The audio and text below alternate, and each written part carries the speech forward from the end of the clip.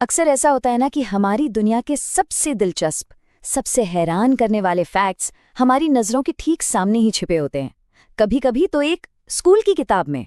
तो चलिए आज इसी दुनिया के कुछ पन्ने पलटते हैं। अब ये सवाल सुनने में थोड़ा अजीब लग सकता है ना? सांप की डिश, न डूबने वाला नींबू और एक उल्लू, भला इनमें क्या कॉमन हो सकता है? पर यकीन मानिए, इसका जवाब हमारी दुनिया के बारे में एक बड़ी और खूबसूरत तस्वीर दिखाता है। जी हाँ, इन सब का कनेक्शन है एनवायरमेंटल स्टडीज से, यानी पर्यावरण अध्ययन से। तो चलिए तैयार हो जाइए हमारी दुनिया की कुछ सबसे अविश्वसनीय चैप्टर्स के एक छोटे से सफर के लिए। शुरुआत करते हैं चैप्टर 1 से। हम सीधा गोता लगाएंगे जानवरों की दुनिया में और समझेंगे उनके कुछ अनोखे व्यवहार और रिश्तों को। ये नज़ारा तो कई लोगों ने जरूर देखा होगा, भैंस की पीठ पर आराम से बैठा एक बगुला। पर क्या कभी सोचा है कि इस अनोखी दोस्ती का राज क्या है? क्या ये पक्षी सिर्फ सवारी का मजा ले रहा है या फिर कोई और ही बात है? साइंस की भाषा में इसे कहते हैं सिम्बायोटिक रिलेशनशिप या सहजीवी संबंध। ये कमाल की पार्टनरशिप है। देखिए, बगुले को भैंस की पीठ पर मौजूद कीड़े मकोड़े खाने को मिल जाते हैं, जिससे उसका पेट भर जाता है, और बदले में भैंस की मुफ्त में सफाई हो जाती है। मतलब दोनों का फायदा ही फायदा। और अब बात करते हैं हाथियों की। क्या ये पता था कि हाथियों के झुंड की लीडर कोई नर नहीं बल्कि हमेशा एक मादा हाथी होती है? और ये इतने बड़े जानवर होके भी बहुत ही कम सोते हैं।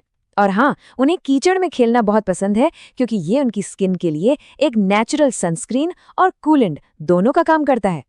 और हाथियों की भूख, अरे बाप रे, एक अकेला बड़ा हाथी एक दिन में 100 किलोग्राम तक पत्तियां और टहनियां खा सकता है। जरा अंदाजा लगाइए, 100 किलो। चलिए जानवरों की दुनिया से निकलकर अब हम इंसानी कल्चर की तरफ बढ़ते हैं। देखते हैं कि हमारा पर्यावरण, हमारा माहौल हमारे खान पान को कैसे तय करता है। अलग अलग जगहों का खान पान भी बिल्कुल अलग होता है। जैसे हांगकांग में लिंग हू फेन नाम की एक डिश खाई जाती है जो सांप से बनती है।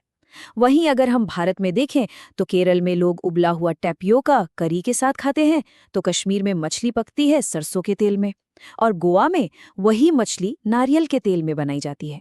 तेल का ये फर्क सीधे सीधे वहां की पैदावार से जुड़ा है। अब देखते हैं कि इंसान अपने घरों को वहां के मौसम के हिसाब से कितनी समझदारी से बनाते हैं। यहाँ एक बहुत ही शानदार कंपैरिजन है।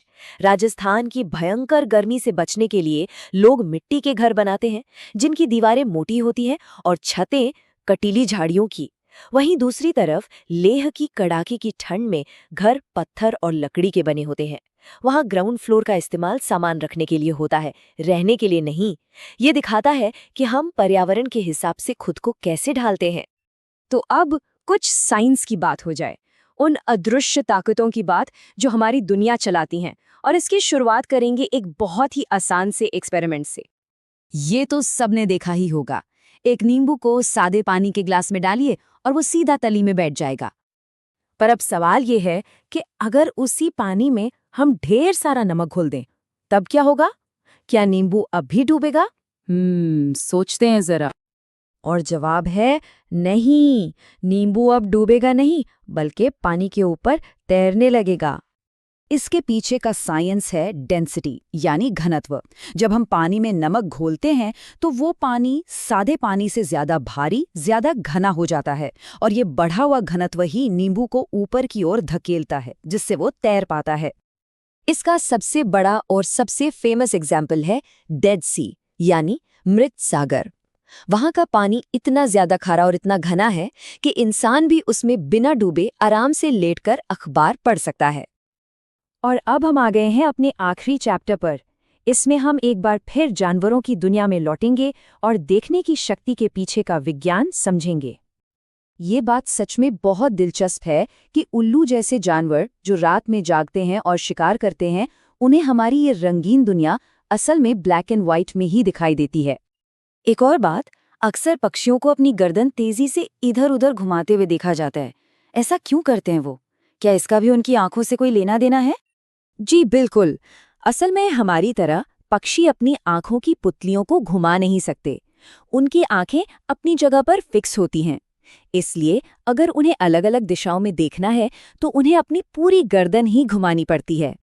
तो हमने देखा कि कैसे एक छोटा सा नींबू, एक बगुला और अलग अलग तरह के घर हमें साइंस और एनवायरनमेंट के बारे में कितना कुछ सिखा सकते हैं। अगली बार जब अपने आसपास देखें तो एक पल रुककर सोचिएगा जरूर कि ऐसा कौन सा छिपा हुआ विज्ञान है जो शायद